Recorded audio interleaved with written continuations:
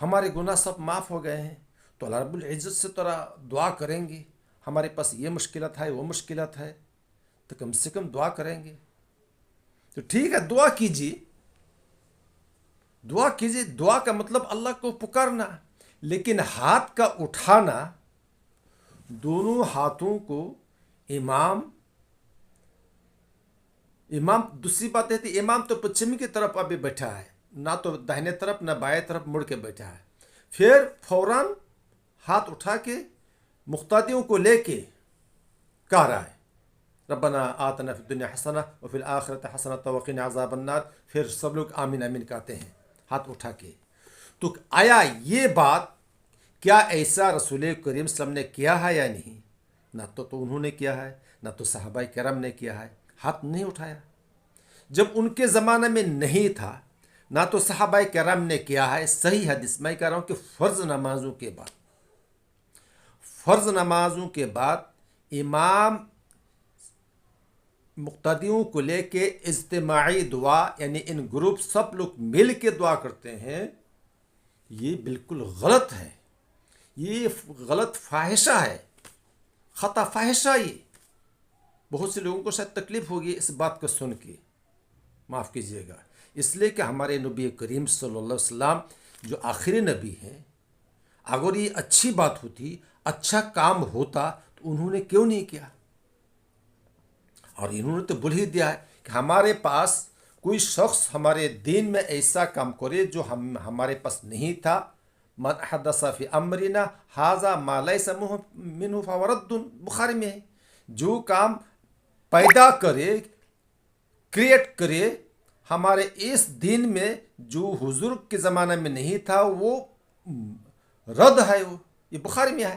تو آپ گویا کہ اس کو آپ نے ایک معمول بنا لیا ہے، آپ نے اس کام کو ایجاد کر لیا ہے، اس لیے کہ لگاتار کنٹینیولی فجر کے بعد، ظہر کے بعد، عصر کے بعد، مغرب کے بعد، عشاء کے بعد، فرض کے بعد، جو ہی سلام پھیرا ہاتھ اٹھا کے جو ہے دعا کرتے ہیں، نہ تو امام مقتدی کی طرف پھرتے ہیں۔ بہت ہی عجیب و غریب یعنی نادانی ہے، یہ ایک بیوقوفی ہے، معاف کیجیے گا۔ اس حدیث کی روشنی میں جو بخاری میں ہے کہ من احدث فی امرنا ھذا ما لیس منہ فہو رد، ولمسلم من عمل عملا لیس علیہ امرنا فہو رد۔ ان دو حدیثوں کے مقابلہ میں کیا ہو رہا ہے کہ روزانہ کچھ علماء کہا دیتے ہیں کہ بھائی کبھی کبھی کر لے تو کوئی بات نہیں، وہ بھی اپنی طرف سے۔ ماشاءاللہ پاکستان میں مفتی طارق صاحب، اور اس کے نام میں بھول گیا، طارق کیا نام ہے مفتی صاحب، وہ بھی احناف کے ماشاءاللہ بڑے عالم ہیں، مفتی ہیں، وہ تو خود بولتے ہیں، آپ یوٹیوب میں دیکھیے، وہ خود بولتے ہیں کہ اجتماعی طور پر امام مقتدیوں کو لے کے اجتماعی طور پر روزانہ فرض نمازوں کے بعد دعا کرنا یہ غلط ہے، یہ حضور سے ثابت نہیں ہے، وہ خود اقرار کرتے ہیں۔ اب دیکھیے، لیکن لوگ جو ہے مانتے نہیں، کیا کریں۔ ایک بات میں آپ کو بتلاؤں، جس سے کہ اور بھی علماء بتلاتے ہیں، اگر اچھا سمجھتے ہیں کہ فرض نماز کے بعد، تو آپ مسجد میں جب داخل ہوں گے، بھائی مسجد اللہ کا گھر ہے، مسجد اللہ کا گھر ہے، آپ اللہ کے گھر میں آ رہے ہیں دعا پڑھتے ہوئے، کیا دعا پڑھیں گے؟ اللہم افتح لی ابواب رحمتک، یہ ایک اچھی دعا ہے۔ اے رب العزت، اللہم افتح لی، کھول دے، لی میرے لیے، ابواب رحمتک، تیرے رحمت کے دروازے کھول دے، یہ بھی اچھی دعا ہے۔ تو دعا پڑھیے، تو اس وقت ہاتھ کیوں نہیں اٹھاتے ہیں؟ کیا اس لیے کہ حضور نے ہی نہیں اٹھایا، ہم نہیں اٹھاتے ہیں؟ ایک بات میں کہہ رہا ہوں، مثال دے رہا ہوں، اس وقت آپ کیوں نہیں اٹھاتے ہیں؟ اور فرض نماز کے بعد مقتدیوں کو لے کے کیوں اٹھاتے ہیں؟ تو اس وقت بھی اٹھانا چاہیے آپ کو، اچھی مسجد میں، ایک اچھی جگہ پہ آپ آ رہے ہیں۔ پھر جب آپ مسجد سے نکلیں گے باہر، وہ بھی دعا ہے، اللہم انی اسألک من فضلک، اے رب العزت میں چاہتا ہوں، میں گزارش کرتا ہوں، میں سوال کرتا ہوں، من فضلک، تیرا فضل، تیری روزی میں چاہتا ہوں۔ اس لیے کہ آپ مسجد سے اب جا رہے ہیں دنیا کے کاموں میں، اللہ رب العزت سے آپ مانگ رہے ہیں، اس وقت کیوں نہیں دعا کر کے جاتے ہیں؟ اس وقت کیوں نہیں ہاتھ اٹھاتے ہیں؟ وہ بھی دعا ہے، اس لیے کہ حضور نے ہاتھ نہیں اٹھایا، مسجد میں جاتے وقت انہوں نے یہ دعا پڑھی، ہاتھ نہیں اٹھایا، مسجد سے نکلتے وقت وہ دعا پڑھتے رہے، پڑھ کے نکل گئے لیکن ہاتھ نہیں اٹھایا۔ تو حضور کریم صلی اللہ علیہ وسلم فرض نمازوں کے بعد مقتدیوں کو لے کے وہ ہاتھ اٹھا کے دعا نہیں کرتے تھے، یہ غلط ہے۔ تو انشاءاللہ ہم کنٹینیو کریں گے اگلے حصہ میں۔ آج یہ حصہ اول ہوا، انشاءاللہ اللہ رب العزت نے اگر ہم کو توفیق دیا پھر شعبان کے مہینے میں، یعنی شعبان کی کیا کیا فضیلت ہے، کیا کیا بدعات ہے، انشاءاللہ ہم بتلائیں گے۔ اللہ رب العزت ہم تمام مسلمانوں کو قرآن کے اوپر، قرآن میں جو ہے اس پہ عمل کرنے کی توفیق عطا فرمائے۔ اس کے بعد حدیث یاد رکھیے گا، بخاری شریف میں مقدمہ میں لکھا ہے اصح الکتب بعد کتاب اللہ صحیح البخاری، قرآن کے بعد سب سے صحیح حدیث، بہترین حدیث جس کو فضیلت یا جس کو پرائیورٹی دی گئی ہے، بہترین حدیث وہ بخاری ہے۔ رب العزت ہمیں قرآن کے بعد صحیح حدیثوں پر عمل کرنے کی توفیق عطا فرمائے۔ وآخر دعوانا الحمد للہ رب العالمین۔ السلام علیکم ورحمۃ اللہ وبرکاتہ۔